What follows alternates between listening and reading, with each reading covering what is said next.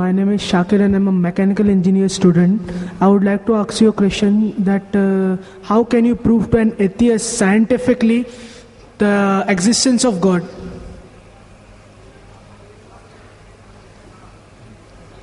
The brother posed the question, how can you scientifically prove the existence of God Almighty, the existence of Allah subhanahu wa ta'ala?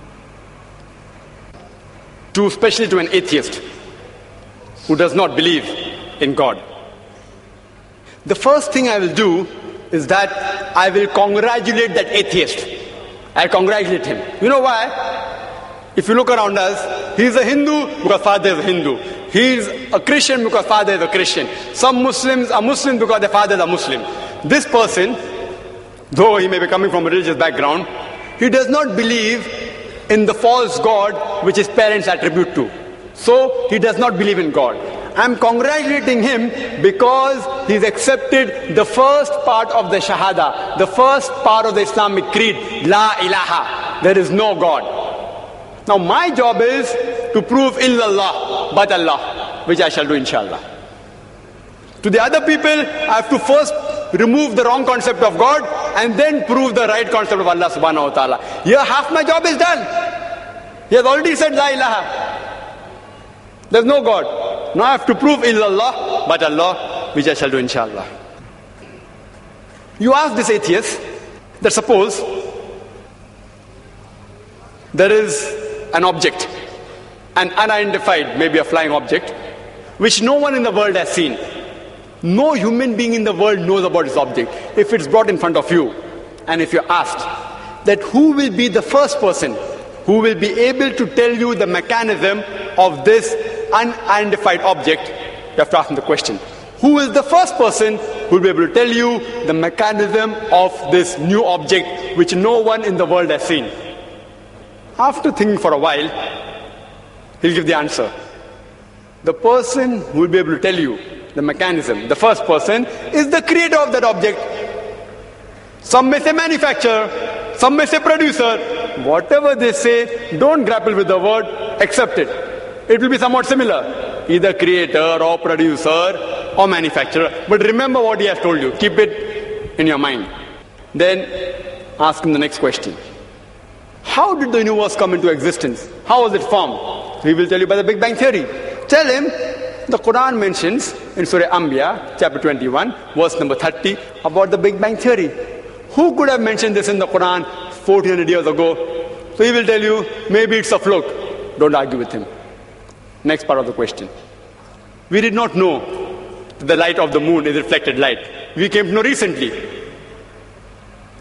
You ask him, he'll tell you, yes. The light of the moon is reflected light. It's not its own light. When we discovered, he will tell you recently, yesterday, 50 years back, 100 years back, yesterday in science. You tell him, the Quran mentions that the light of the moon is reflected light 1400 years ago. Who could have mentioned that? Maybe somebody had a wild guess. Don't argue with him. Continue. We thought the sun was stationary. You ask him, is it stationary? He'll say, no, it's rotating and revolving. When did you learn this? He will tell you yesterday, 50 years back, 100 years back. Quran mentions this 1400 years ago. He will hesitate, but may say, maybe some intelligent person wrote it. Don't argue with him. Continue. How was the universe initially? What is celestial matter? He will tell you, it was smoke. How did you come to know? We have got proof, we have got evidence. You tell him, Quran mentioned this 14 years ago. Who could have mentioned that? He will hesitate. Don't wait for response. Continue. Keep on posing question after question. All that I give in the lecture, keep on posing one question after the other. That water cycle, how do we come to know about it? Quran mentioned 14 years ago. About every living thing made from water. Who could have mentioned that? Quran speaks about botany, the male and female. Who could have mentioned that? Pose one after the other and ask the question, who could have written that? Then you tell him that there is a theory known as theory of probability. That if you have two choices, out of which one is right, the chances that you will make the correct choice just at random is 1 in 2. For example, if I toss a coin, it can either be heads or tails. the chances that I'll be right will be 1 in 2. If I toss it twice, the chances that I'll be right both the times will be 1 upon 2 multiplied by 1 upon 2, that is 1 upon 4, 25% chance.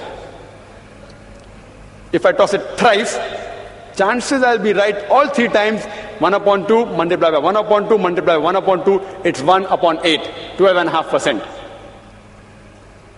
A dice has got 6 sides. If I throw a dice, the chances that at random I'll be correct is 1 upon 6.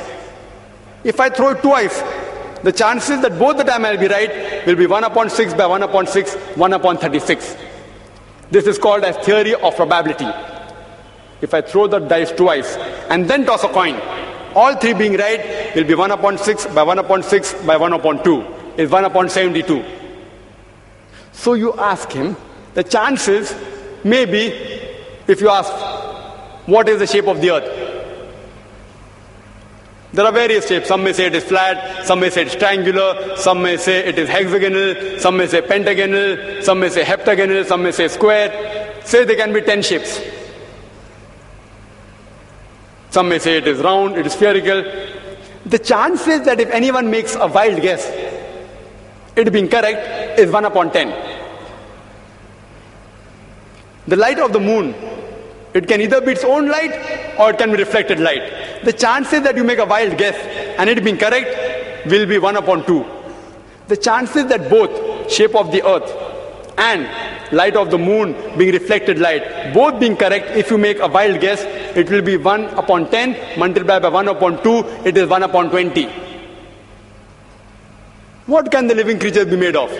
Some may say sand, some may say stone, some may say aluminium, some may say gold, say 1,000 materials you can name. Some may say water, some may say silver, 1,000 materials. The chances that you make a wild guess and one of them being right, according to mathematics, is 1 upon 1,000.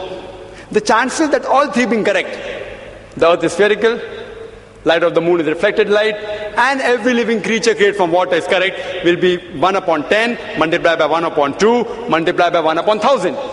Answer comes to 1 upon 20,000 or 0.005%. Quran speaks about scientific science more than 1,000 verses. In 3 verses, the answer comes to 0.05%. If you apply probability theory to all this being at random chance, it will come to 0, negligible. And in maths, anything 1 in 10 raised to 50, it's equal to 0. So you ask your atheist friend, who could have written this? The only answer he can give you is this first answer, the creator, the manufacturer, the person who has produced it. That's the only answer, there's no other answer. What science is saying today is they are not eliminating God. They are eliminating models of God. La ilaha illallah. They are not eliminating God, but models of God. I hope that answers the question.